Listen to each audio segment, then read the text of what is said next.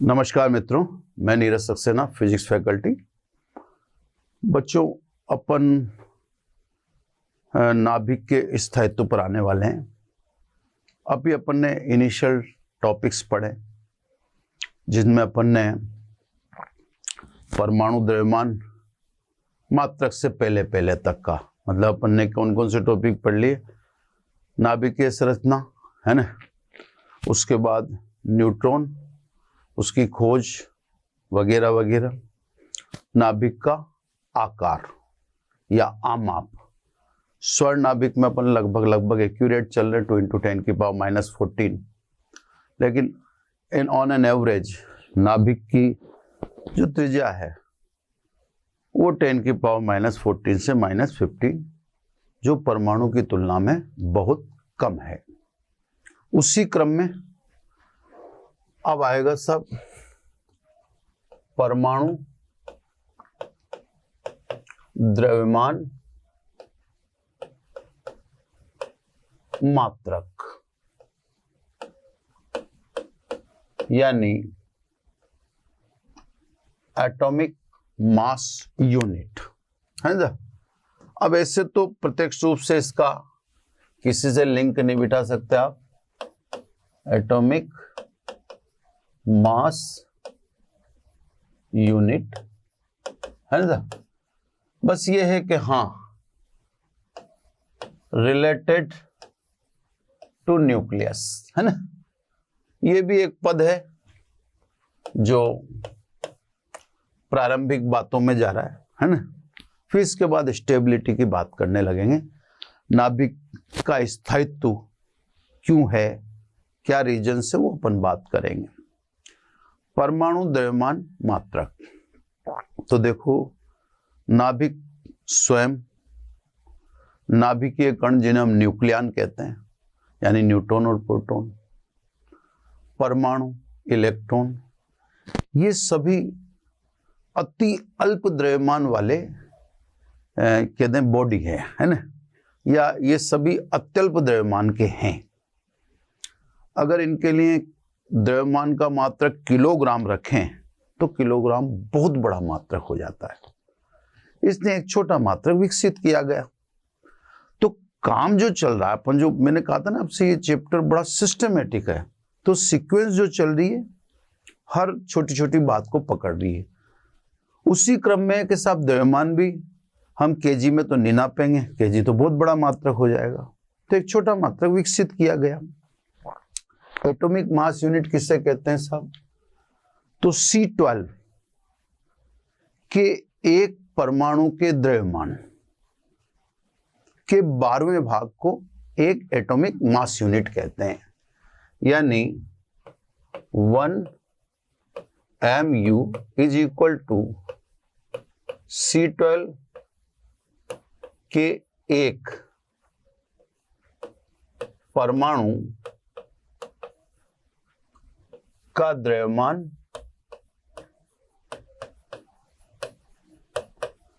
और इसका 12वां भाग, है ना। तो डिवाइडेड अपॉन 12। इसको छोटी सी कैलकुलेशन करके दिखा देते हैं, ठीक है। अब C12 के एक परमाणु का द्रव्यमान कितना होगा? तो सब अवोगाद्रो संख्या, मतलब 6.023 इंटू 10⁻23 C12 के परमाणुओं का द्रव्यमान, ये होता है सब 12 ग्राम, है ना। इसको केजी में लिख दे अपन, तो क्या लिख देंगे? 12 × 10⁻³ kg, ठीक है साहब। तो अवोगाद्रो संख्या जितने कार्बन के जो परमाणु होते हैं उनका द्रव्यमान परमाणु भार के या द्रव्यमान संख्या के बराबर, उसको ग्राम में लिख दिया अपन ने। इसलिए C12 के एक परमाणु का द्रव्यमान, अपने को तो एक का चाहिए, है ना। कितना हुआ साहब? 12 इंटू 10 की पावर -3 अपॉन अवोगाद्रो संख्या से डिवाइड कर दें इंटू 10 की पावर 23 kg। ठीक है साहब।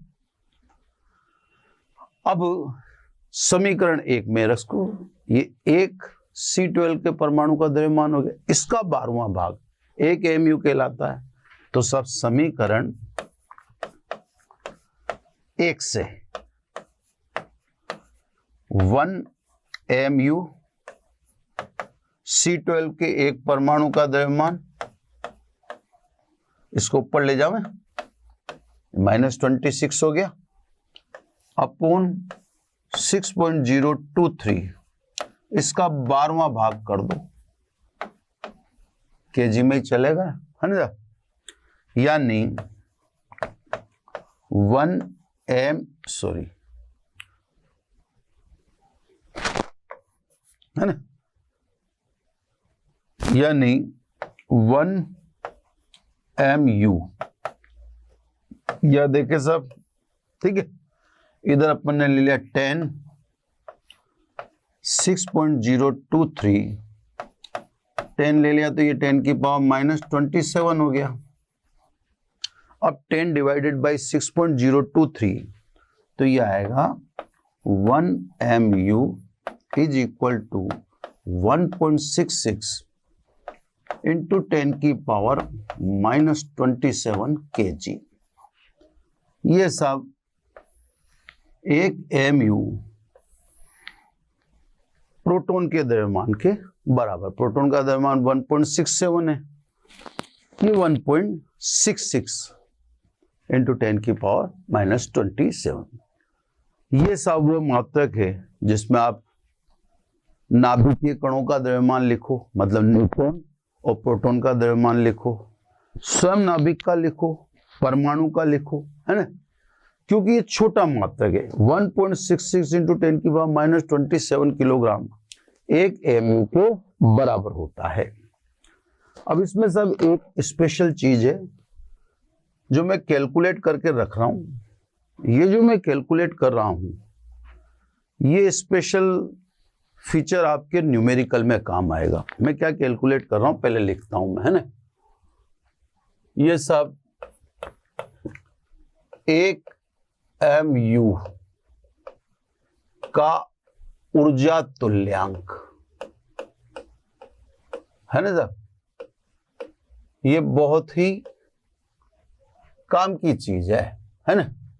1 mu का ऊर्जा तुल्यांक, इसको E बता दें अपन, E से दर्शा देंगे।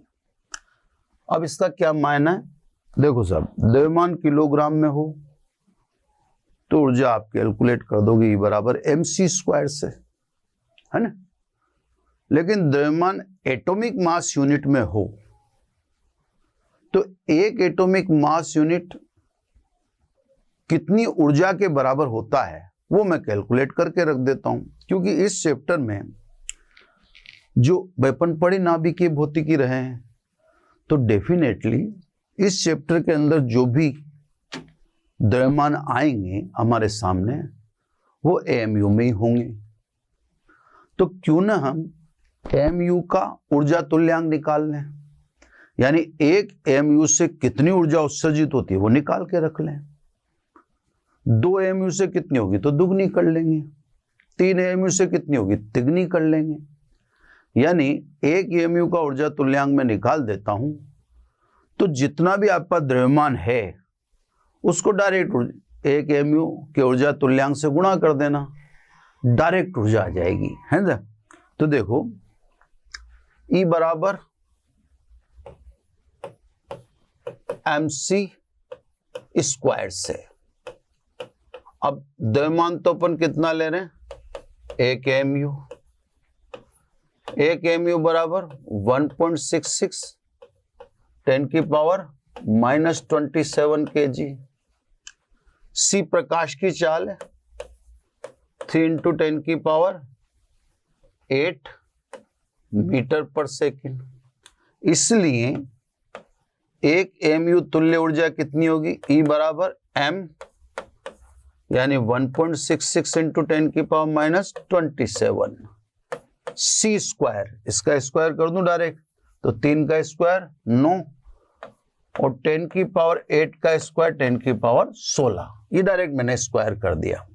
अब आप देखें ई बराबर ये सब 9 छंग 54, 4 5 बचता, फिर 54 5 59, फिर भी 5 ही बचा, 9 और 1 यानी 9 और 5 है ना।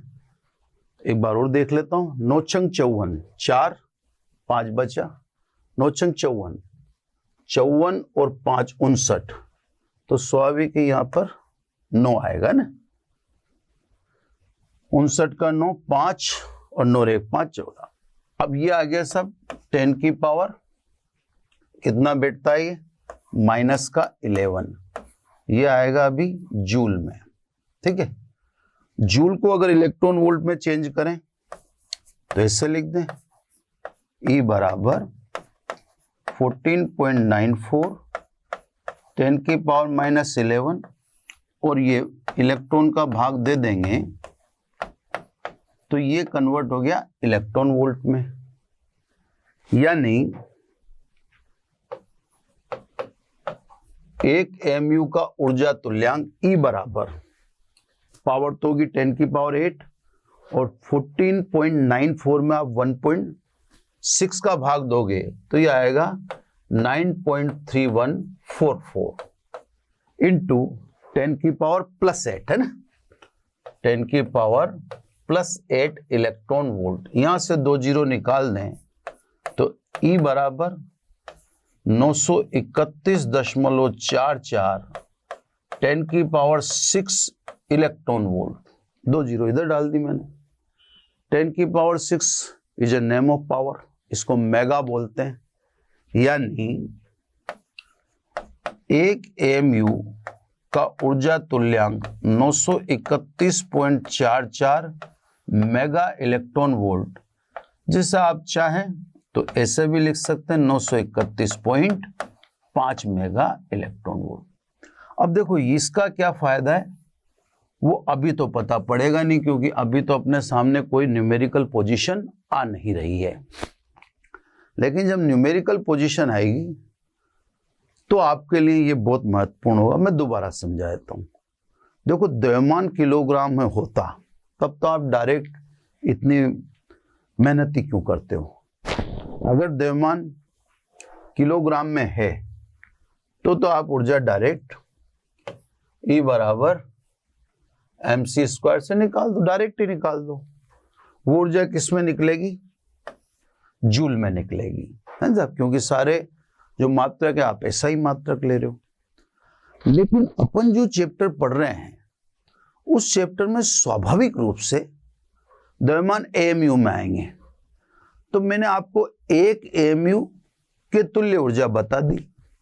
अब मान लो आप जानना चाहते हो कि 1.5 AMU के तुल्य ऊर्जा कितनी होगी, तो इसको 1.5 से मल्टीप्लाई कर देना, डायरेक्ट ऊर्जा आ जाएगी, है ना। आपने कहा कि द्रव्यमान 2 AMU है, कितनी ऊर्जा होगी, तो इसको 2 से गुणा कर देना। यानी अब आपको केवल क्या करना है, इस चैप्टर में आप द्रव्यमान बताओ, वो ऑटोमेटिकली इस चैप्टर में द्रव्यमान किस में है, AMU में है। मैंने 1 AMU का ऊर्जा तुल्यांक निकाल ही दिया। अब 2 AMU ऊर्जा है तो 2 से मल्टीप्लाई कर दो, 4 AMU द्रव्यमान है तो 4 से बस अब आपको द्रव्यमान बताना है। आपने 5 AMU, अब ऊर्जा कितनी होगी, तो इसको डायरेक्ट 5 से मल्टीप्लाई कर देना। तो ये अपन ने इसको निकाल के रख लिया, न्यूमेरिकल में हमारे लिए ये हेल्पफुल होगा। ये तो हुआ सब न्यूक्लियस स्ट्रक्चर से संबंधित बातें। न्यूट्रॉन आ गया, प्रोटॉन आ गया, नाभिक के प्रकार आ गए, नाभिक का आकार आ गया, और नाभिकीय कणों के द्रव्यमान के संदर्भ में भी इसमें बात आ चुकी है। अब अपन नाभिक की स्टेबिलिटी से संबंधित बात करेंगे, यानी नाभिक स्थायी क्यों है, उस क्रम में अब 2-4 टॉपिक लगेंगे, है ना। 2-4 टॉपिक के द्वारा हम नाभिक की स्टेबिलिटी को एक्सप्लेन करेंगे, ठीक है। नाभिक के स्थायित्व में सबसे पहला टॉपिक आता है मास डिफेक्ट, यानी द्रव्यमान शक्ति, क्लियर, डेल्टा एम से इसे डिनोट करते हैं, अंग्रेजी में इसे मास डिफेक्ट कहते हैं। अब देखो, फिलहाल तो अपन मास डिफेक्ट की कैलकुलेशन एक नाभिक के अंदर बता रहे हैं। आप जब इसको पढ़ चुके होंगे तो फिर आपको अभिक्रियाओं में भी द्रव्यमान शक्ति निकालनी पड़ेगी। अभिक्रियाओं में द्रव्यमान शक्ति कैसे निकालते हैं वो अभी मैं समझा दूंगा। पहले सिंपल मास डिफेक्ट पढ़ लेते हैं, फिर अभिक्रियाओं की बात करेंगे। द्रव्यमान शक्ति दो जगह आएगी, फिर दोनों के मतलब भी अपन समझ जाएंगे, है ना। मास डिफेक्ट तो सब नाभिकीय कणों न्यूट्रॉन तथा प्रोटॉन के कुल द्रव्यमान तथा नाभिक के वास्तविक द्रव्यमान के अंतर को द्रव्यमान शक्ति कहते हैं। ये अपने आप में हैरत वाली बात है सब। यानी मैं भी यही समझता हूं और आप भी यही समझते होंगे कि नाभिक का कुल द्रव्यमान उसके अंदर उपस्थित न्यूट्रॉन के द्रव्यमान व प्रोटॉन के द्रव्यमान के योग के बराबर होता है। सिंपल सी बात है, उसमें कोई सोचने वाली बात ही नहीं है, क्योंकि नाभिक के अंदर न्यूट्रॉन और प्रोटॉन ही होते हैं, क्लियर।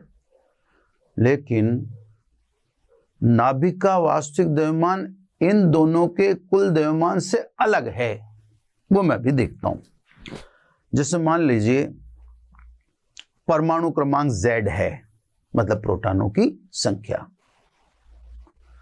द्रव्यमान संख्या कैपिटल A है, मतलब प्रोटॉन और न्यूट्रॉन की कुल टोटल द्रव्यमान संख्या। एक प्रोटॉन के द्रव्यमान को हम MP से लिख देते हैं और एक न्यूट्रॉन के द्रव्यमान को Mn से लिख देते हैं, है ना साहब। तो अपने हिसाब से ये प्रोटॉनों की संख्या इंटू एक प्रोटॉन का द्रव्यमान, तो ये हो गया कुल प्रोटॉनों का द्रव्यमान, प्लस न्यूट्रॉनों की संख्या कितनी होगी, द्रव्यमान संख्या में से परमाणु क्रमांक घटा दें, ये न्यूट्रॉन की संख्या आ गई, है ना। एक न्यूट्रॉन का द्रव्यमान ये अपन ने मान लिया Mn है, तो सब वास्तव में ये किसका द्रव्यमान होना चाहिए, ये नाभिक का द्रव्यमान होना चाहिए, है ना। कोष्टक थोड़ा एक छोटा कोष्टक बना हुआ, इससे बदला बना देता हूं ना। तो ये नाभिक का कुल द्रव्यमान होना चाहिए, इसमें कोई दो राय नहीं है। ये तो टोटल प्रोटॉनों का द्रव्यमान हो गया और ये टोटल न्यूट्रॉनों का द्रव्यमान हो गया, दोनों को मिला दिया तो नाभिक का कुल द्रव्यमान आ गया। लेकिन अब ध्यान से सुनो, यदि नाभिक का वास्तविक द्रव्यमान कैपिटल M है, यह सब नाभिक का वास्तविक द्रव्यमान कैपिटल M है, तो इस अंतर को हम कहते हैं द्रव्यमान शक्ति। अब ये बड़ी हैरत वाली बात है। अब यहां पे ये भी समझो,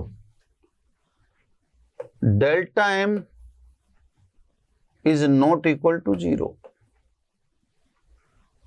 ये भी बड़ी गजब की बात है। तो पहले मैं अब शुरू से सुना देता हूं। नाभिकीय कणों मतलब न्यूट्रॉन तथा प्रोटॉन के कुल द्रव्यमान तथा नाभिक के वास्तविक द्रव्यमान का अंतर द्रव्यमान शक्ति कहलाता है। अपन ने कहा प्रोटॉनों की संख्या यानी परमाणु क्रमांक Z, द्रव्यमान संख्या A, एक प्रोटॉन का द्रव्यमान MP, एक न्यूट्रॉन का द्रव्यमान Mn, तो ये नाभिक का द्रव्यमान कैलकुलेशन से होना चाहिए, लेकिन वास्तविक द्रव्यमान कैपिटल M अलग है। और ये अंतर 0 भी नहीं आता। भाई ये अंतर 0 आ जाए तब तो हम समझें कि न्यूट्रॉन व प्रोटॉन का कुल द्रव्यमान और नाभिक का वास्तविक द्रव्यमान बराबर होता है, तो डेल्टा M बराबर क्या आ जाएगा 0, पर ये 0 भी नहीं है। उसका मतलब और कुछ हो न हो, ये तो क्लियर है कि नाभिक का वास्तविक द्रव्यमान उसमें उपस्थित न्यूट्रॉन व प्रोटॉन के द्रव्यमान से कम होता है और सदैव कम होता है, और होना भी चाहिए। ये आगे के टॉपिक से भी पता पड़ जाएगा, क्योंकि मैंने आपसे कहा कि यहां से मैं नाभिक का स्थायित्व पढ़ा रहा हूं, तो फिर आप समझिए इसमें नाभिक के स्थायित्व से संबंधित कोई बात है ना। तो सब नाभिक का वास्तविक द्रव्यमान उसमें उपस्थित प्रोटॉन व न्यूट्रॉन के द्रव्यमान से सदैव कम होता है। अब नाभिक बनता तो न्यूट्रॉन व प्रोटॉन से है। इसका मतलब जब नाभिक का निर्माण हुआ प्रकृति में, नेचर में, तो नाभिक तो निर्माण होगा न्यूट्रॉन प्रोटॉन से मिलकर। नाभिक का निर्माण हो चुकने के प्रक्रिया में कुछ द्रव्यमान गायब हो गया, तभी तो वास्तविक द्रव्यमान न्यूट्रॉन व प्रोटॉन के द्रव्यमान से कम है। ये निर्माण के समय जो द्रव्यमान गायब हुआ, लुप्त हुआ, जो यहां प्रेक्षित ही नहीं हो रहा, उस गायब होने वाले द्रव्यमान को ही द्रव्यमान क्षति कहते हैं। तो साहब अब ये मान लेना चाहिए कि नाभिक के निर्माण के समय कुछ द्रव्यमान गायब हो जाता है। तभी तो टॉपिक आया आपके सामने मास डिफेक्ट, जो आपको बिल्कुल क्लियर कह रहा है कि नाभिक के निर्माण के समय कुछ द्रव्यमान गायब हो रहा है, और उस गायब होने वाले द्रव्यमान को अपन क्या बोल रहे हैं? द्रव्यमान क्षति। ठीक है साहब, ये तो आपको एक नाभिक की बात समझाई। अगर अपन नाभिकीय अभिक्रियाओं की बात करें, नाभिकीय अभिक्रियाओं के लिए, है ना साहब, उस ऊपर वाली बात को तो ऊपर ही रहने दें। नाभिकीय अभिक्रियाओं के लिए, न्यूक्लियर रिएक्शन के लिए बात करें अपन, है ना। तो सब केमिस्ट्री की तरह ही इधर तो अपन क्रियाकारक लिखें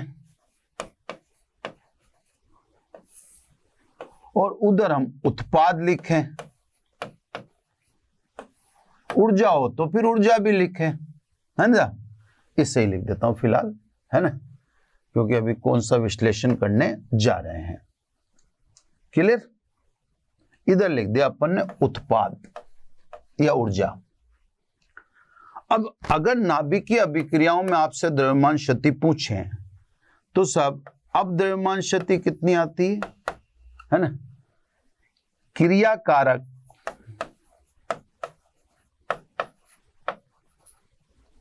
माइनस उत्पाद, क्योंकि क्रियाकारकों से निर्मित होकर उत्पाद बना, है ना। उत्पाद का द्रव्यमान कम है, तो फिर द्रव्यमान गया कहां? तो अभिक्रियाओं में इससे द्रव्यमान क्षति कहेंगे। अपने को पढ़ना तो वही था। देखो मैं क्या है कि अपन भटके नहीं, पर न्यूमेरिकल के हिसाब से मुझे सब समझाना पड़ेगा। अब अभिक्रियाओं को तो मेरी व्यक्तिगत बात समझ लीजिए कि मैं व्यक्तिगत कुछ कहना चाह रहा हूं न्यूमेरिकल के पर्पस से। इसको आप भाई द्रव्यमान क्षति, तो यहां टॉपिक खत्म हो गया, क्लॉज, ये समीकरण 1 पे क्लोज मान लो। अब अभिक्रियाओं में भी क्या होता है? द्रव्यमान की क्षति होती है। उत्पाद का द्रव्यमान क्रियाकारकों के द्रव्यमान से कम हो गया, तो द्रव्यमान, इसका मतलब यहां भी गायब हुआ है।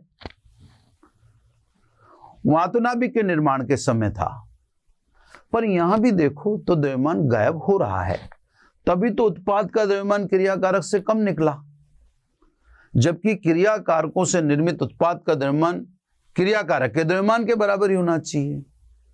तो अभिक्रियाओं में भी द्रव्यमान की क्षति होती है। अब इस द्रव्यमान क्षति से क्या मतलब होगा, अपन ऊपर वाले पे कंसंट्रेट, नीचे वाला तो मैं आपको समझा दूंगा अभी, है ना। तो सब अभिक्रियाओं में भी द्रव्यमान क्षति होती है, और आपने नाभिक में तो देख ही ली। अब आप चलो अगले टॉपिक की तरफ, तो ज्यादा अपन समझ पाएंगे बात को ना, क्योंकि अभी इस पे कंसंट्रेट रहेंगे तो आप भी नहीं समझ पाएंगे कि मैं कहना क्या चाह रहा हूं। अपन आगे चलते हैं ना, यहां पे आ जाओ। बंधन ऊर्जा यानी बाइंडिंग एनर्जी। आप EB से बोल दो या डेल्टा E से बोल दो, है ना, वो आपको सिंबल है जो देना है जो दे दो। अब यहां पर समझो बात, पहले तो डेफिनेशन समझो, फिर उसका विस्तार मैं द्रव्यमान स्थिति से कनेक्ट करूंगा तो आप स्वतः बात को समझ जाएंगे। नाभिक को उसके घटक कणों में विभाजित करने के लिए आवश्यक ऊर्जा या दी जाने वाली ऊर्जा को कहते हैं बंधन ऊर्जा। इसका मतलब यह हुआ कि नाभिक को आप तोड़ोगे, न्यूट्रॉन प्रोटॉन अलग अलग करोगे, नाभिकीय कण तो न्यूट्रॉन प्रोटॉन ही है, उसके लिए जो आप ऊर्जा दोगे उसको कहते हैं बंधन ऊर्जा, बाइंडिंग एनर्जी। अब क्वेश्चन ये अराइज होता है कि भाई नाभिक को तोड़ने के लिए या घटक कणों में विभाजित करने के लिए ऊर्जा दी जानी पड़ेगी या देनी पड़ेगी, क्यों देनी पड़ेगी? अब बात को समझो कि अब ये टॉपिक किस में जाएगा? स्टेबिलिटी में। कैसे जाएगा? देखो साहब, आइंस्टीन के अनुसार नाभिक के निर्माण के समय कुछ द्रव्यमान गायब हो जाता है, समीकरण 1, है ना, जिसे हम द्रव्यमान क्षति कहते हैं। आइंस्टीन कहते हैं ये जो द्रव्यमान क्षति हुई, जो हानि हुई नाभिक के निर्माण के समय, नाभिक निर्माण के समय या बनते समय या निर्मित होते समय द्रव्यमान क्षति के बराबर या द्रव्यमान क्षति के तुल्य ऊर्जा उत्सर्जित कर देता है। यानी नाभिक निर्माण के समय ऊर्जा उत्सर्जन करता है, और कितनी? जो द्रव्यमान क्षति है उसके तुल्य ऊर्जा उत्सर्जित कर देता है। तो नाभिक ने निर्माण के समय ऊर्जा मुक्त की, क्योंकि द्रव्यमान कहां गया? आइंस्टीन कहते हैं द्रव्यमान गायब कैसे हो गया? तो ये जो लुप्त हुआ द्रव्यमान यानी द्रव्यमान क्षति किसमें रूपांतरित होगी? ऊर्जा में। अब नाभिक ने निर्माण के समय जितनी ऊर्जा मुक्त की तो उसे विभाजित करने के लिए कम से कम उतनी ऊर्जा तो देनी ही पड़ेगी, और उसी ऊर्जा को क्या कहते हैं? बंधन ऊर्जा। तो साहब नाभिक निर्माण के, आइंस्टीन के अनुसार नाभिक निर्माण के समय द्रव्यमान क्षति जितनी ऊर्जा नाभिक मुक्त करता है, यह मुक्त होने वाली ऊर्जा नाभिकीय कण यानी प्रोटॉन और न्यूट्रॉन को बांधे रखती है। यही कारण है कि नाभिक को तोड़ने के लिए कम से कम उतनी ऊर्जा तो देनी पड़ेगी जो उसने बनते समय मुक्त की थी। तो द्रव्यमान क्षति तुल्य मुक्त होने वाली ऊर्जा को ही, ये द्रव्यमान क्षति तुल्य मुक्त होने वाली ऊर्जा को ही बंधन ऊर्जा कहते हैं। तो साहब इसका मतलब द्रव्यमान की क्षति होना अनिवार्य है, जरूरी है, क्योंकि द्रव्यमान क्षति होगी तो द्रव्यमान कहीं गायब तो हो नहीं सकता। आइंस्टीन के अनुसार वो किसमें रूपांतरित हो गया? ऊर्जा में, और नाभिक उससे फिर अपने आप को स्टेबल कर लेता है। जितनी ऊर्जा निर्माण के समय नाभिक उत्सर्जित करेगा, नाभिक उतना ही अधिक स्थायी होता जाएगा। तो मैंने कहा था द्रव्यमान क्षति डायरेक्ट किससे जोड़ेगी हमें? स्थायित्व से। तो द्रव्यमान क्षति जितनी ज्यादा, नाभिक उतनी अधिक ऊर्जा मुक्त करेगा, और जितनी ज्यादा ऊर्जा मुक्त करेगा स्वाभाविक है नाभिक उतना ही अधिक स्थायी होगा, क्योंकि उसे घटक कणों में विभाजित करने के लिए आवश्यक ऊर्जा मतलब बंधन ऊर्जा उतनी अधिक होगी। तो सब द्रव्यमान क्षति अब नेसेसरी है। अब हम समझ गए delta M is not equal to 0 because every नाभिक है इज स्टेबल नाभिक या स्टेबल न्यूक्लियाई, बिकॉज सब में द्रव्यमान क्षति, इसका मतलब सभी निर्माण के समय ऊर्जा मुक्त करते हैं। ठीक है, तो सब द्रव्यमान शक्ति किससे कनेक्ट हुई? स्टेबिलिटी से कनेक्ट हुई। अब क्योंकि मैंने नाभिकीय अभिक्रिया भी चला रखा है तो मैंने अपनी तरफ से टॉपिक बनाया सब, है ना। नाभिकीय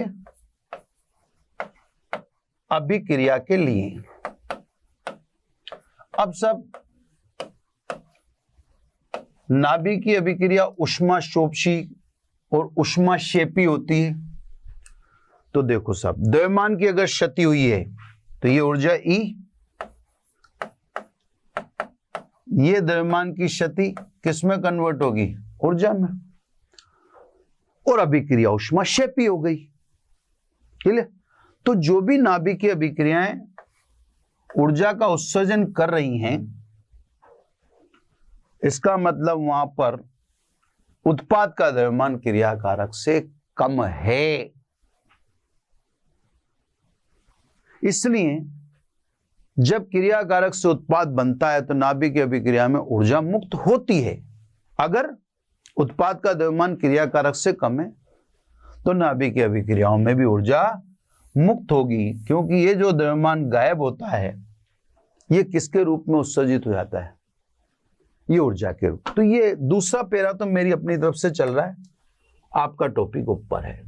तो सब अभिक्रिया में तो ठीक है, अभी मैं पहले से न्यूमेरिकल का आभास करा रहा हूं आपको, है ना। तो ये जो नीचे वाला पोर्शन है ये तो मैंने चला रखा है ना। इसको आप आइसोलेट रखें, ऊपर वाले को देखें आप, है ना। वो आपका किताब का टॉपिक है, ये मेरे हिसाब से बनाया गया टॉपिक है। तो सब जहां जहां द्रव्यमान क्षति होती है, अब जैसे नाभिकीय विखंडन में द्रव्यमान क्षति होती है, इसे नाभिकीय विखंडन की क्रिया में भी ऊर्जा मुक्त होगी। नाभिकीय संलयन में भी द्रव्यमान क्षति होती है, इसलिए नाभिकीय संलयन में भी ऊर्जा मुक्त होती है। जबकि नाभिकीय संलयन और नाभिकीय विखंडन दोनों विपरीत प्रक्रियाएं हैं, दोनों प्रक्रियाएं बिल्कुल विपरीत हैं, लेकिन दोनों में ऊर्जा मुक्त होती है, क्योंकि दोनों प्रक्रियाओं में द्रव्यमान की क्षति होती है, लेकिन कैलकुलेशन का तरीका दोनों में अलग अलग है। नाभिक में अलग है और नाभिकीय अभिक्रियाओं में अलग है। ये हुआ साहब स्टेबिलिटी से संबंधित बात। मैं दूसरा टॉपिक, अब अपने को का मतलब फिजिक्स के पॉइंट ऑफ व्यू से अगर आपसे नाभिक का स्थायित्व पूछे तो आप इस टॉपिक से बताना सब, है ना। ये टॉपिक नाभिक के स्थायित्व को बताने के लिए फिजिक्स के लिए अप्रोप्रिएट टॉपिक है। फिजिक्स में नाभिक का स्थायित्व इसी टॉपिक से समझाते हैं, है ना। प्रति न्यूक्लियन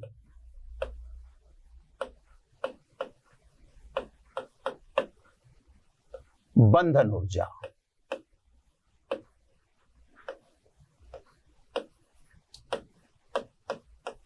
है ना।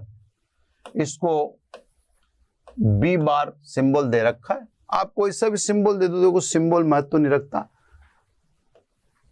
अपन जब अपन का मतलब समझो ना आप, मतलब फिजिक्स में जब आप नाभिक के स्थायित्व को एक्सप्लेन करें तो आप बी बार से करें, यानी प्रति न्यूक्लियन बंधन ऊर्जा।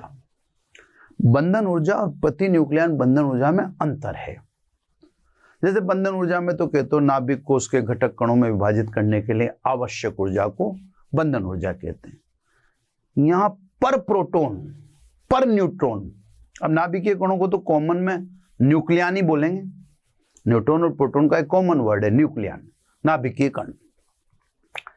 तो कहने का मतलब बंधन ऊर्जा तो टोटलिटी है, प्रति न्यूक्लियन बंधन ऊर्जा पर न्यूट्रॉन पर प्रोटॉन है। तो स्वाभाविक ये ज्यादा माइक्रो हुई, ये ज्यादा अप्रोचेबल हुई, क्योंकि यहां पर तो पर प्रोटॉन और पर न्यूट्रॉन की बात होगी। तो सब नाभिक से एक न्यूक्लियन पर प्रति, है ना। नाभिक से एक न्यूक्लियन का मतलब एक न्यूट्रॉन या एक प्रोटॉन। नाभिक से एक न्यूक्लियन को निकालने के लिए दी जाने वाली ऊर्जा के औसत को, एक न्यूक्लियन को निकालने के लिए दी जाने वाली ऊर्जा के औसत को प्रति न्यूक्लियन बंधन ऊर्जा कहते हैं। यदि बंधन ऊर्जा डेल्टा ई व द्रव्यमान संख्या कैपिटल ए है तो प्रति न्यूक्लियन बंधन ऊर्जा व द्रव्यमान संख्या के अनुपात के बराबर होती है। ये पर में आ गई सब। B bar is equal to बंधन ऊर्जा और प्रति न्यूक्लियन तो किसका भाग दे दिया? द्रव्यमान संख्या का। Mega electron volt. मैं यहां पर एक आपको रोचक बात बता देता हूं। रोचक क्या मतलब? छोटी सी बात है। आप ऊर्जा बोलने से समझ सकते हैं कि हम कौन सा चैप्टर पढ़ रहे हैं। अगर ऊर्जा आपने इलेक्ट्रॉन वोल्ट में बोली तो आप समझ जाना कि आप परमाणु चैप्टर पढ़ रहे हैं, और ऊर्जा आपने मेगा इलेक्ट्रॉन वोल्ट में बोली तो आप समझ जाना नाभिक पढ़ रहे हैं। परमाणु चैप्टर में कभी भी ऊर्जा मेगा इलेक्ट्रॉन वोल्ट में हो ही नहीं सकती, पॉसिबल ही नहीं है। तो जब परमाणु चैप्टर आप पढ़ रहे होते हो तो वहां सारी ऊर्जाएं इलेक्ट्रॉन वोल्ट में आती हैं। अपन ने भी पढ़ा है, आप भी गौर करना। मैंने भी ये गौर ही किया है, मैं कौन सा इसको सिद्धांत बना रहा हूं। और नाभिक चैप्टर पढ़ते हैं तो नाभिक के पास ऊर्जा भयंकर है, भयानक है ना। और उसी को समझने के लिए चैप्टर चालू किया है। तभी तो एक एक पहलू ले। अभी स्थायित्व में भी 2-3 टॉपिक चल बाकी हैं, है ना। तो सब नाभिक की अगर पढ़ रहे हो तो इसमें ऊर्जा मेगा इलेक्ट्रॉन वोल्ट में चलेगी, है ना। तो कहने का मतलब मेरा, ये छोटी सी बात है, कोई बहुत बड़ी बात नहीं, पर आप गौर कीजिएगा कि आप नाभिक चैप्टर पढ़ेंगे तो नाभिक चैप्टर में ऊर्जाएं मेगा इलेक्ट्रॉन वोल्ट में ही चलेगी। इतनी ऊर्जा परमाणु के पास एक्सपेक्ट ही नहीं कर सकते आप, होती ही नहीं है, ये नाभिक के पास ही होती है। अब सब ये प्रति यानी पर न्यूक्लियन बाइंडिंग एनर्जी, अब इसके संदर्भ में बातें समझिए। बी बार नाभिक के स्थायित्व को दर्शाती है। जिस नाभिक के लिए बी बार का मान जितना अधिक, वह नाभिक उतना ही अधिक स्थायी माना जाएगा, है ना साहब। तो बी बार जितना ज्यादा है आप समझ जाइए वो नाभिक उतना ही अधिक स्थायी है, और बी बार कम है तो नाभिक का स्थायित्व कम है, सीधी सी बात है। तो बी बार नाभिक के स्थायित्व को दर्शाती है, ये पहली बात। दूसरी बात, सभी नाभिकों के लिए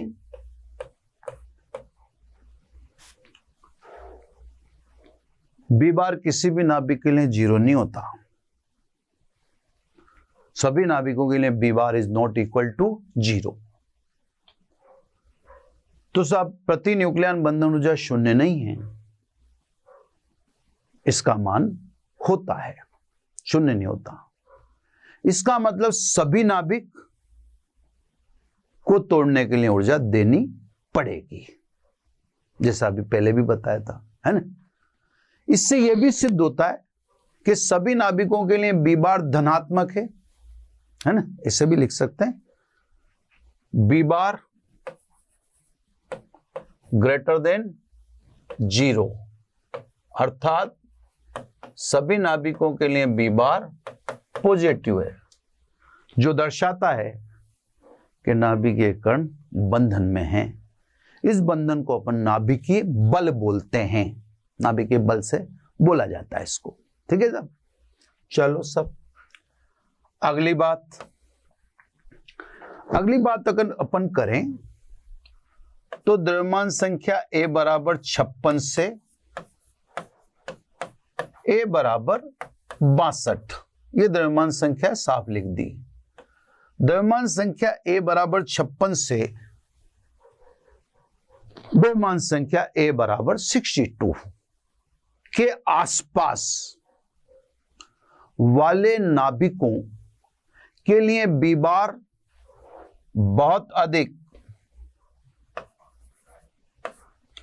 लगभग 8.8 8 मेगा इलेक्ट्रॉन वोल्ट सर्वाधिक, सबसे अधिक है ना होता है।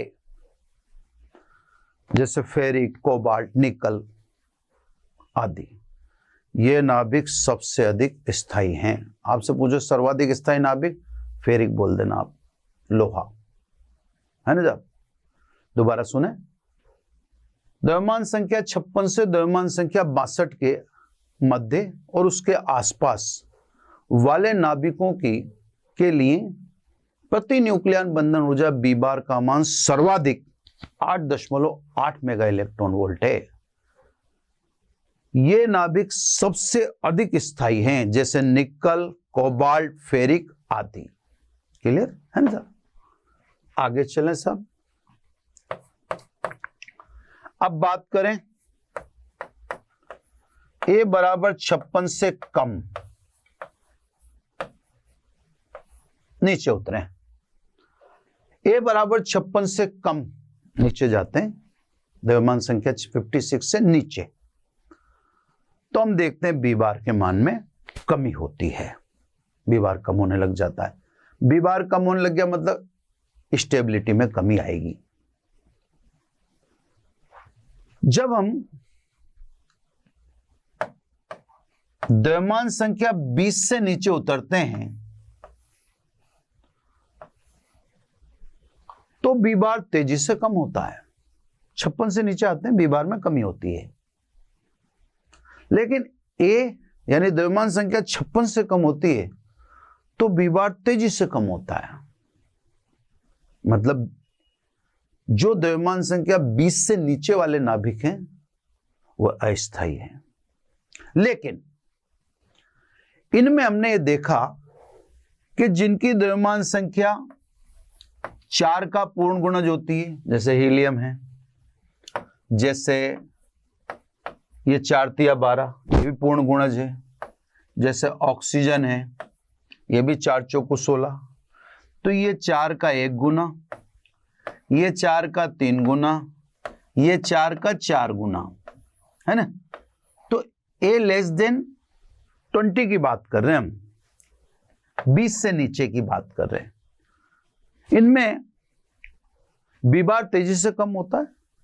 ए बराबर 20 के नीचे वाले नाभिक अस्थायी हैं, लेकिन जिनकी द्रव्यमान संख्या 4 के पूर्ण गुणज है, जैसे हीलियम, कार्बन, ऑक्सीजन आदि, इनके लिए बी बार का मान इनके जो पड़ोसी होते हैं, जैसे 17, 18, 5, 6, 7, इनके पड़ोसी नाभिकों की तुलना में इनके लिए ज्यादा है बी बार।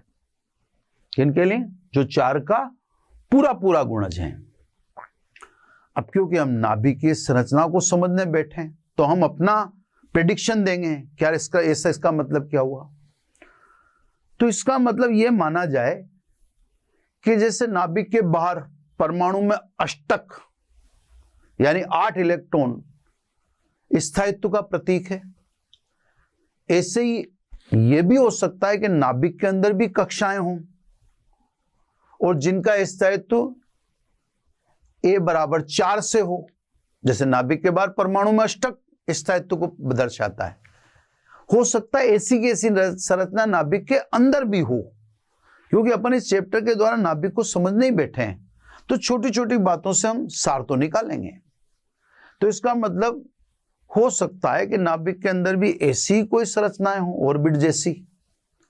बट नाभिक के बाहर 8 स्थायित्व का प्रतीक है, नाभिक के अंदर 4 स्थायित्व का प्रतीक हो सकता है, क्योंकि ऐसा परिणाम सामने आ रहा है। अब आ जाइए साहब, ए बराबर 62 से ऊपर है ना, से अधिक। अगर ए बराबर 62 से अधिक पर चले तो बी बार में कमी बड़ी धीमी होती है, बहुत धीमी। बी बार धीरे धीरे कम होगा। अब धीरे धीरे कम होगा, कैसा अनुमान, तो मैं आपको बताऊं, U238 के लिए इसका मान लगभग 7.8 या 7.6 मेगा इलेक्ट्रॉन वोल्ट रह जाता है। तो देखो इनके बीच में तो कितना था 8.8 मेगा इलेक्ट्रॉन वोल्ट, 62 से कहां चले गए आप 268, तो बी बार कितना धीरा गिर रहा है, ये 7.8 भी हो सकता है, थोड़ा बहुत कंफ्यूजन हो सकता है ना। तो U238 पर जाके ये 7.6 या 7.8 मेगा इलेक्ट्रॉन वोल्टेज आता है। तो A बराबर या A 62 से ऊपर जाने, द्रव्यमान संख्या 62 से ऊपर जाने पे बी बार की कमी धीमी है, नीचे जाने पर बी बार की कमी तेज है ना।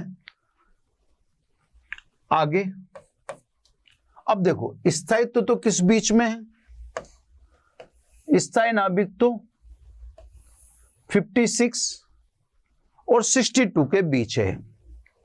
स्वाभाविक है, हम फिजिक्स में पढ़ते हैं सर्वाधिक स्थायित्व के लिए स्थिति ऊर्जा न्यूनतम होना जरूरी है ना, और जिनके पास ऊर्जा अधिक है उनकी स्थिति ऊर्जा न्यूनतम ही होगी क्योंकि वो स्थायी में आ रहे हैं। तो स्वाभाविक है सभी तो स्थायित्व प्राप्त करना चाहते हैं। अब स्थायित्व प्राप्त करने में क्या होगा साहब, यदि भारी नाभिक यूरेनियम, थोरियम, प्लूटोनियम ये विभाजित हों, हल्के नाभिकों में डिवाइड हों, तो स्थायी नाभिक भी मिलेंगे और ऊर्जा भी मुक्त होगी, क्योंकि इनको तो स्थायित्व में आना है, स्थायित्व में आने के लिए ऊर्जा मुक्त करनी पड़ती है। इसे अपन नाभिकीय विखंडन कहते हैं। तो भारी नाभिक स्थायित्व प्राप्त करने के लिए विभाजित होते हैं, उनके विभाजित होने से स्थायी नाभिक मिलेंगे 56 से 62 के बीच, स्थायी नाभिक भी मिलेंगे और नाभिक का स्थायित्व बढ़ा तो ऊर्जा मुक्त भी करनी पड़ेगी, तो ऊर्जा भी मिलेगी। इस प्रक्रिया को, भारी नाभिक के विभाजन की इस प्रक्रिया को नाभिकीय विखंडन कहते हैं। तो भारी नाभिक स्थायित्व प्राप्त करने के लिए हल्कों में या 62 से 56 में डिवाइड होकर आना चाहते हैं। नेक्स्ट, इसी प्रकार हल्के नाभिक जो 56 से कम है ये भी स्थायित्व प्राप्त करना चाहेंगे, पर ये अपना द्रव्यमान संख्या बढ़ाएंगे मिलकर, ये अपनी भारी नाभिक, ये तो यहां लिख देता हूं ना, भारी नाभिक तो टूटेंगे, हल्के में डिवाइड होंगे, तब जाके स्थायित्व में आएंगे। इसमें तो अपन जो कहेंगे वो प्रक्रिया क्या कहलाएगी, नाभिकीय विखंडन, टूटना है ना। और अगर हम हल्के नाभिक की बात करें, हल्के नाभिक है ना, हल्के नाभिक भी स्थायित्व प्राप्त करना चाहते हैं, पर वो जुड़ेंगे, जुड़ के वो भी किस रेंज में आना चाहते हैं 56 से 62 के बीच। जब वो भी जुड़ेंगे तो जब स्थायी नाभिक मिलेंगे यानी स्थायित्व को प्राप्त करेंगे तो उनको भी ऊर्जा मुक्त करनी पड़ेगी। इस प्रक्रिया को हम नाभिकीय संलयन कहते हैं, है ना। तो सब भारी नाभिकों में टूटकर विभाजित होने की और हल्के नाभिकों में जुड़कर भारी नाभिक बनाने की प्रवृत्ति होती है, जिन्हें क्रमशः नाभिकीय विखंडन और नाभिकीय संलयन कहा जाता है। ये दोनों ही क्रियाएं स्थायित्व को प्राप्त करने के क्रम में हैं, ठीक है साहब। तो कहने का मतलब आप बी बार से स्थायित्व को दर्शाइए। चलो सब, स्थायित्व को दर्शाने वाला एक और छोटा सा टॉपिक ले लेते हैं, है ना, फिर जो बचेगा फिर देख लेंगे। अब आ जाइए नाभिकीय बल। न्यूक्लियर फोर्सेज, है ना, ये भी नाभिक के स्थायित्व के क्रम में, तो नाम से दिख रहा होगा आपको, है ना। अब नाभिक के स्थायित्व को दर्शाने के लिए बात को हर क्रम में करें अपन। नाभिक के अंदर धन आवेशित प्रोटॉन होते हैं, है ना, प्रोटॉन ये धन आवेशित पार्टिकल हुए, और विद्युत उदासीन न्यूट्रॉन होते हैं, न्यूटन विद्युत उदासीन, यानी Q बराबर 0। ठीक है साहब। अब एक बार के लिए, क्योंकि आप स्थायित्व तो समझाने जा रहे हो, अब एक बार के लिए प्रोटॉन और न्यूट्रॉन ये दोनों ही नाभिकीय परास, नाभिकीय परास किसमें विद्यमान रहते हैं? 10⁻⁻15 मीटर में। ठीक है साहब। ये तो खैर अब आप जानते हैं कि नाभिक के अंदर ये होता है। अब एक बार के लिए देखना आप, है ना, अगर हम बात करें कूलाम, है ना साहब, कूलाम के अनुसार प्रोटॉन जो इतने समीप हैं तो उनके बीच प्रबल प्रतिकर्षण कार्यरत होना चाहिए, क्योंकि R तो बहुत कम है तो F बहुत ज्यादा होगा। तो कूलाम के अनुसार प्रोटॉनों के मध्य प्रबल प्रतिकर्षण बल कार्यरत होता होगा। देखो स्टेबिलिटी समझा रहे हैं। अब आप कहोगे कूलाम नाभिक में नहीं लगता, अरे छोड़ो, आप अपने क्रम में चलो, आप तो नाभिक के स्थायित्व को देखो। तो सब अल्प परास में रहने वाले प्रोटॉन प्रबल प्रतिकर्षित होते हैं। इस हिसाब से तो नाभिक स्थायी होना ही नहीं चाहिए, प्रोटॉन तो बाहर निकल जाने चाहिए, अगर अपन कूलाम की माने तो। क्लियर? लेकिन नाभिक तो स्थायी है, अभी तक अपन उसी क्रम में पढ़ रहे हैं। तो ये तो फिर तभी संभव है कि कोई ऐसा बल नाभिकीय कणों के मध्य, नाभिकीय कण मतलब न्यूट्रॉन प्रोटॉन या न्यूक्लियनों के मध्य कार्य कर रहा है, जो कूलाम प्रतिकर्षण की तुलना में बहुत प्रबल है, जो प्रतिकर्षण को सपोर्ट ही नहीं करता, मतलब जिसकी प्रवृत्ति आकर्षण है, और वह नाभिकीय परास में ही कार्य करता है। क्योंकि नाभिक के परास से बाहर चल जाएगा तो इलेक्ट्रॉन को निगल लेगा, और इलेक्ट्रॉन को निगल लेगा तो परमाणु का अस्तित्व खतरे में आ जाएगा। तो नाभिक के अंदर कोई ऐसा बल अवश्य है जो कूलाम प्रतिकर्षण से कई गुना अधिक हो, जो प्रतिकर्षण को फेवर नहीं करता हो, मतलब जिसकी प्रवृत्ति आकर्षण हो, जो न्यूक्लियनों के मध्य ही कार्य करता हो और अति अल्प परास में ही कार्यरत हो, नाभिक के बाहर नहीं, वरना इलेक्ट्रॉन को निगल लेगा और परमाणु को खा जाएगा। इस बल को क्या नाम दिया गया? नाभिकीय बल नाम दिया गया। प्रॉपर्टी इसकी बता दूं, गुण। तो गुण में यही बातें की जाएंगी जो आपको बताई है ना, जैसे नाभिकीय बल की प्रॉपर्टी। अब देखो, हम स्थायी तो जानते ही हैं, स्थायी है, तो स्थायी जब फिजिकली आपको दिख ही रहा है तो फिर उसका कारण तो बताना ही पड़ेगा ना आपको कि स्थायित्व का रीजन क्या है। भाई आपको यह भी दिख रहा है कि मैं पाता हूं वास्तव में प्रोटॉन बहुत नजदीक है, आपको यह भी दिख रहा है कि प्रबल प्रतिकर्षण है, आप ये भी जानते हो कि ये बल बाहर निकल जाएगा तो परमाणु को खा जाएगा, यानी इलेक्ट्रॉन को निकल जाएगा। तो ऐसा प्रोटेक्टिव फोर्स जो सबको संतुलित करता हो, उसी को अपन क्या कह देते हैं? नाभिकीय बल। अब गुण में क्या होगा साहब? नाभिकीय बल आवेश अनाश्रित है,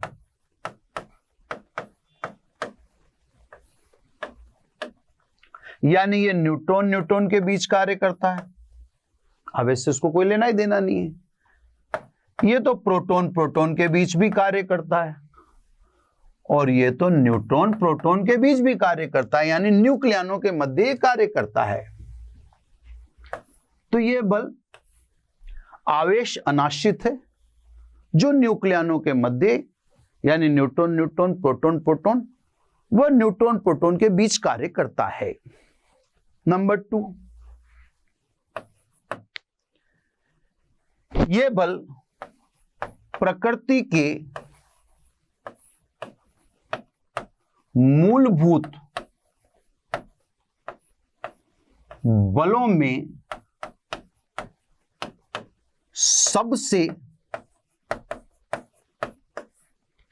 प्रबल बल है। तो सबसे प्रबल बल कौन है? नाभिकीय बल। अब लो सब, जब सबसे प्रबल है तो कूलाम बल फिर कहां अड़ा इसके? फिर तो कूलाम बल की कोई हैसियत ही नहीं है, क्योंकि जिस बल के लिए आप बात कर रहे हो वो प्रकृति के मूलभूत बलों में सबसे प्रबल बल है। लो, अब कूलाम प्रतिकर्षण से भी बहुत प्रबल हो गया है ना। अगली बात, ये बल अति अल्पराश में कार्य थे। ये बल नाभिकीय परास, मतलब 10⁻⁻15 मीटर में कार्य थे। ये लो सब, अब आपके इलेक्ट्रॉन भी बचे रहे। अब इलेक्ट्रॉन को कोई खतरा नहीं है, क्योंकि नाभिकीय बल नाभिक के बाहर कोई अस्तित्व रखता ही नहीं है। तो आपने इलेक्ट्रॉन को भी बचा लिया, मतलब परमाणु का अस्तित्व भी इस नाभिकीय बल ने बचा लिया। नेक्स्ट, इसकी प्रवृत्ति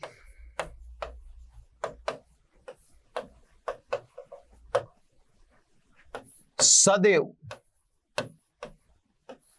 आकर्षण है। ये लो सब, जब इसकी प्रवृत्ति आकर्षण है तो ये कूलाम बल को कभी सपोर्ट ही नहीं करेगा, ये प्रतिकर्षण को फेवर ही नहीं करता है, तो बिल्कुल उसके विपरीत चलता है। कौन है ये? नाभिकीय बल। यह एक संतृप्त बल है।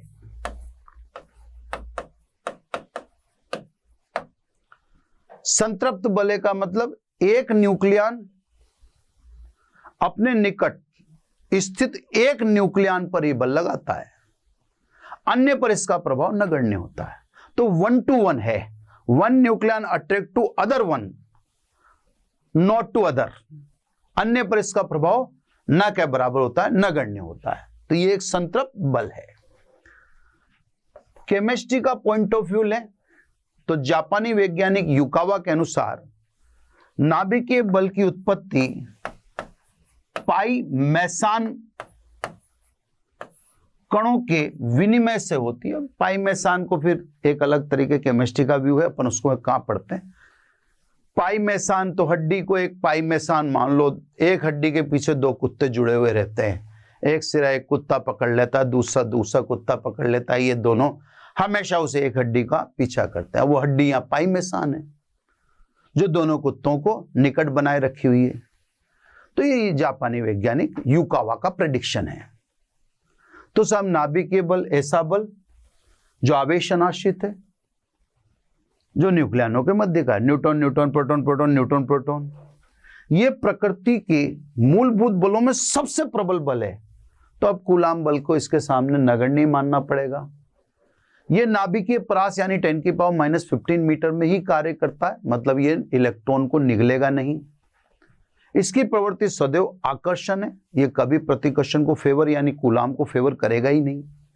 ये एक संतृप्त बल है 1 to 1, एक न्यूक्लियन अपने समीप स्थित अन्य न्यूक्लियन को अट्रैक्ट करता है, अन्य पर उसका प्रभाव नगण्य होता है। और जापानी वैज्ञानिक यानी केमिस्ट्री के पॉइंट ऑफ व्यू से यह बल पाई मेसान कणों के, कणों तो खूब सारे हैं, कणों के चक्कर में आप मत पड़िए, नाम याद रख लीजिए याद रहे तो ये पाई मेसान कणों के विनिमय से उत्पन्न होने वाला बल है। ये नाभिक के स्थायित्व से संबंधित पार्ट हुआ, थ्योरी चल रही है, उसी क्रम में चल रहे, धीरे धीरे चैप्टर फास्ट होता जाएगा। अब नाभिक के स्थायित्व से संबंधित एक छोटी सी बात हो रही, वो भी कोई ज्यादा बताने योग्य नहीं, पर उसको भी बताएंगे, फिर आगे की बात करेंगे। तो आज के लेक्चर में इतना ही, फिर बाकी। Thank you very much. आशा करता हूं हमारे टॉप एजुकेटर का यह लेक्चर आपको पसंद आया होगा। अगर पसंद आया है तो वीडियो को लाइक करिए, चैनल को सब्सक्राइब करिए और शेयर भी करिए, क्योंकि ज्ञान बांटने से बढ़ता है और सही बताऊं तो पुण्य भी मिलता है। मुझे सुनने के लिए बहुत बहुत धन्यवाद। Thank you.